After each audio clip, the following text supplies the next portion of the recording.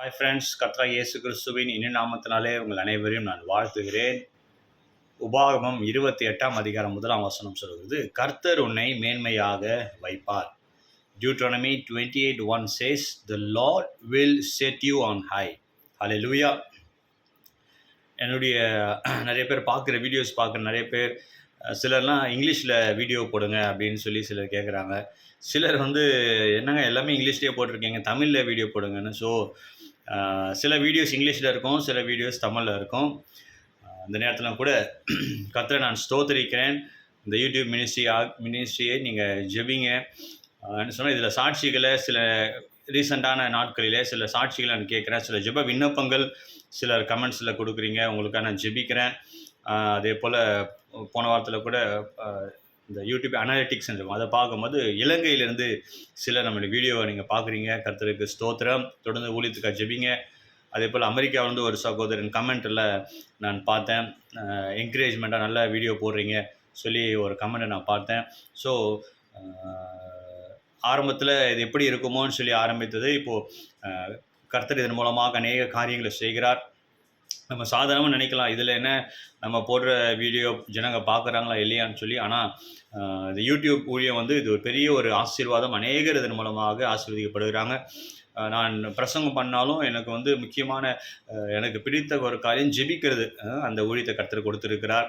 So உங்களுக்காக நான் ஜெபிக்கணும்னு சொல்லி நீங்கள் விரும்புனீங்கன்னா, நீங்கள் அந்த டிஸ்கிரிப்ஷனில் என்னுடைய நம்பர் இருக்குது, அதுக்கு கால் பண்ணலாம். இல்லை கமெண்ட்ஸில் நீங்கள் என்ன பண்ணலாம், உங்கள் ஜெப விண்ணப்பங்களை நீங்கள் அனுப்பலாம்.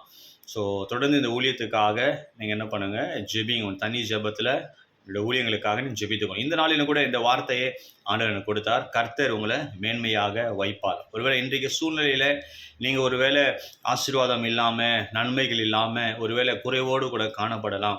ஆனால் கர்த்தருடைய பிள்ளைகள் தாழ்ந்து இருக்கணும், நம்ம தாழ்மையாக இருக்கணும். தாழ்மைன்னு சொன்னால் ஆண்டவர் முன்பதாக நம்ம தாழ்த்தணும். ஆனால் நம்ம கீழே இருக்கணும்னு சொல்லி கர்த்தர் ஒரு நாளும் விரும்புகிற தேவன் அல்ல. ஆண்டவர் வசனம் சொல்லுகிறது, உபாகம் 28ஆம் அதிகாரத்தில் முழுவதுமாக நீ வாசிங்கன்னா, நீ கீழாகாமல் மேலாவாய், நீ வாளாகாமல் தலையாவாய். அதுதான் கர்த்தருடைய ஒரு ஆசீர்வாதம். ஒரு நம்ம நினைக்கலாம், ஆண்டவரே இது எனக்கு போதும், நான் இப்படியே இருக்கேன்னு சொல்லி நினைக்கலாம். ஆனால் கர்த்தர் நம்மை ஆசீர்வதித்து உயர்த்துவதன் மூலமாக அவர் மகிமைப்படுகிறார். ஹல்லேலூயா. இப்போ நான் உயருகிறேன், நான் ஆசீர்வாதமாய் மாறுகிறேன்னு சொன்னால் அது யாருக்கு மகிமை, யாருக்கு பெருமைன்னு சொன்னால் கர்த்தருக்கு. அதனால் கர்த்தர் கண்டிப்பாக உங்களை மேன்மையாக வைப்பார். நீங்கள் செய்கிற காரியங்கள் நீங்கள் செய்யுங்க. அதனால் நான் வேலையே செய்ய மாட்டேன், ஊழியமே செய்ய மாட்டேன், எந்த ஒரு காரியமும் செய்ய மாட்டேன், எனக்கு உயர்வு வரணும்னு சொன்னால் கண்டிப்பாக உயர்வு வராது. உங்களுக்கு கர்த்தர் கொடுத்துருக்கிற காரியங்களை உங்களோட வேலையாக இருக்கலாம், இல்லை ஊழியமாக இருக்கலாம், அது உண்மையாக இருக்கும்போது அது ஒருவேளை அது சாதாரணமாக மற்றவங்க நினைக்கலாம். மற்றவருடைய பார்வையில் அது அற்பமாக இருக்கும். ஒருவேளை நீங்கள் நடத்துகிற சபையாக இருக்கலாம், அதில் ஒருவேளை 5 ஆத்துமாக்கள் தான் வருவாங்க. அங்கே நீங்கள் என்ன பண்ணுங்க, உண்மையாக கர்த்தருடைய வார்த்தையை பிரசங்கம் பண்ணுங்க. ஒருவேளை சோஷியல் மீடியா மினிஸ்ட்ரியா, இல்லை ட்ராக்ஸ் மினிஸ்ட்ரியா, இல்லை நீங்கள் செய்கிற வேலையாக இருந்தாலும் கூட ஒருவேளை கொஞ்சம் வருமானமாக இருக்கலாம். பெரிய ஒரு வருமானம் இல்லாமல் சாதாரண ஒரு கொஞ்சம் வருமானம் உள்ள ஒரு வேலையாக இருக்கும். அது நீங்கள் உண்மையாக இருங்க. ஏற்ற நேரத்தில் கர்த்தர் அதே இடத்துல என்ன பண்ணுவார், உங்களை உயர்த்துவார். இல்லை அதே காட்டில் சிறந்த ஒரு மேலான ஒரு வேலையை கர்த்தர் உங்களுக்கு கொடுப்பார். அப்போ நாம் செய்ய வேண்டிய காரியங்களை நாம் உண்மையாக உத்தமமாக நம்ம செய்யும் பொழுது அந்த மேன்மை நமக்கு வரும். ஏற்ற நேரத்தில் கர்த்தர் நம்மளை மேன்மையாக வைப்பார், நம்மளை ஆசீர்வாதமாய் வைப்பார், நம்மளை உயர்த்துவார். இதுவரைக்கும் நடத்தினார், இதுவரைக்கும் ஆசீர்வதித்தார். ஒருவேளை அநேக தடைகளுக்கு நிறைய பேர் சொல்லுவாங்க, பிசாசு இந்த ஆசீர்வாதம் தடை பண்ணிட்டான், பிசாசு இந்த காரியத்தை செய்துட்டான், மனுஷங்க தடை பண்ணிட்டாங்கன்னு சொல்லி.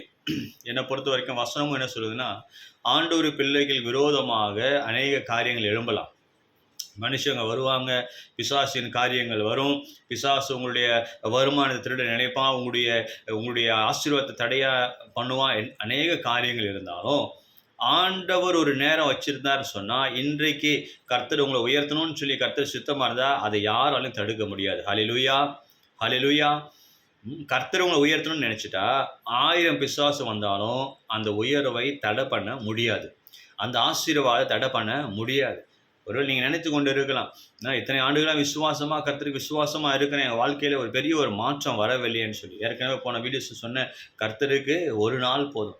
அந்த வீடியோ சொல்லி இப்போ ஒரு நாள் சொல்லியிருப்பேன். ஒரு நாள் கூட இல்லைங்க, ஒரு செகண்டு கூட கர்த்தருக்கு போதும். உங்களை என்ன பண்ணுவார், அப்படியே உங்களை என்ன பண்ணுவார், உயர்த்திடுவார். ஹல்லேலூயா. அந்த வசனத்தை நீங்கள் பிடிச்சிக்கோங்க. ஒவ்வொரு வசனமும் நீங்கள் வாசித்து பார்க்கும்போது அந்த வசனத்தை அப்படியே விசுவாசிக்கணும். இந்த நாளிலே கர்த்தர் பேசியிருக்கிறாரு. கர்த்தர் உங்களை மேன்மையாக வைப்பார். உபாகமம் 28:1. அப்போ அந்த வசனத்தை படிங்க. ஆண்டவரே, இந்த வசனத்தை நான் விசுவாசிக்கிறேன். என்னை பற்றி சொல்லப்பட்ட ஒரு வார்த்தை, நீர் என்ன மேன்மையாக வைப்பீர், அதை நான் விசுவாசிக்கிறேன் என்று சொல்லி உங்கள் வாயினாலே அறிக்கை செய்யுங்க. நான் இப்படியே தான் இருப்பேன், கடைசி வரைக்கும் இப்படி தான் என் வாழ்க்கை போகும், என் வாழ்க்கையில் முன்னேற்றம் வராது, என் வாழ்க்கையில் மாற்றம் வராதுன்னு சொல்லி அநேக நேரத்தில் நாமளே என்ன பண்ணோம், நெகட்டிவான வார்த்தைகளை பேசி விடுகிறோம். சில யோசித்து பார்க்கும்போது நான் அது தப்புன்னு சொல்ல மாட்டேன். ஏன்னா சில நேரத்தில் சூழ்நிலைகள் அப்படி தான் இருக்குது. அந்த சூழ்நிலைக்கு ஏற்றமாக நாம் பேசி விடுகிறோம். அது மனுஷ இயல்பு தான். ஆனாலும் நமக்கு ஒரு விசுவாசம் வேணும். கர்த்தர் மேலே ஒரு விசுவாசம், அவருடைய வார்த்தை மேலே ஒரு விசுவாசம். கர்த்தர் தான் அந்த விசுவாசத்தை உங்களுக்கு கொடுக்கணும். இந்த நாளிலே அந்த விசுவாசத்தை கர்த்தர் உங்களுக்கு கொடுப்பாராக. அந்த நம்பிக்கையை கர்த்தர் உங்களுக்கு கொடுப்பாராக. அவிசுவாசத்தை கர்த்தர் இப்படி எடுத்து போடுகிறார். சந்தேகத்தை கர்த்தர் எடுத்து போடுகிறார். பயத்தை எடுத்து இப்போ ஒரு விசுவாசம் உங்களுக்குள்ள வருகிறது. கர்த்தருடைய வார்த்தை மேல ஒரு விசுவாசம். ஆண்டவரே, உங்களுடைய வசனத்தை நான் நம்புகிறாப்பா. இன்றைக்கு என் சூழ்நிலை எப்படியா இருக்கும், இன்றைக்கு ஒரு நான் கடனில் இருக்கலாம், இன்றைக்கு பலவீனத்தில் இருக்கலாம், இன்றைக்கு நான் குறைவில் இருக்கலாம். ஆனால் இப்படியே என் வாழ்க்கை போகாது, என் வாழ்க்கை மாறும். ஏன்னா வசனம் சொல்லுகிறது, கர்த்தர் என்னை மேன்மையாக வைப்பார். அதை நான் விசுவாசிக்கிறேன். சூழ்நிலை எல்லாம் நெகட்டிவாக இருக்கலாம், நான் உயருவதற்கான ஒரு அறிகுறியுமே இல்லாமல் இருக்கலாம். ஆனாலும் கர்த்தருடைய வார்த்தையை நான் நம்புகிறேன். காற்றையும் காண மாட்டீர்கள், மழையும் காண மாட்டீர்கள், ஆனால் உங்கள் பள்ளங்கள்லாம் தண்ணீரால் நிரப்பப்படும். இது கர்த்தருடைய பார்வையிலே அற்பமான காரியமாக இருக்குது. கர்த்தருக்கு இது லேசான காரியம். ஹல்லேலூயா. அப்போ இந்த நாள் வார்த்தையை ஒரு விஷயம் கூட நீங்கள் விசுவாசிங்க. கர்த்தர் என்னை மேன்மையாக வைப்பார். அதனை விசுவாசிங்க, அந்த அறிக்கை செய்யுங்க. கர்த்தருடைய ஆசீர்வாதம் உங்களை தேடி வரும். கடந்த மாதங்கள் முழுவதுமாய் கர்த்தர் அற்புதமாக நடத்தினார். நாலு தினத்தில் ஒரு புதிய மாதத்துக்குள்ளே பிரவேசிக்க இருக்கிறோம். ஜூன் மாதம்.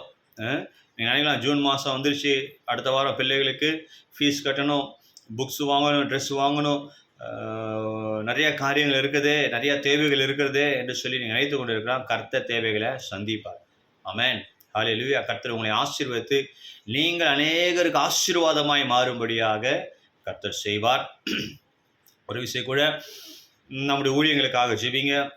என்னுடைய டிஸ்கிரிப்ஷனில் என்னுடைய ஃபோன் நம்பர் இருக்கும். ஒருவேளை நான் உங்களுக்கு ஜெபிக்க வேண்டும் சொல்லி விரும்பிங்கன்னா அந்த ஃபோன் நம்பர் நீங்கள் கால் பண்ணலாம். தொடர்ந்து என்னுடைய ஜெப ஊழியங்களுக்காக, அநேக யூடியூப் ஊழியங்களுக்காக மற்றும் நிறைய இடத்துல சில சபைகளில் பிரசங்கிக்க நான் செல்வேன். சில வீடுகளிலே நான் சென்று ஜெப கூட்டங்கள் நடத்துவது உண்டு. ஒவ்வொரு புதன்கிழமையும் வீட்டில் கூடி ஜெபிக்கிறோம்.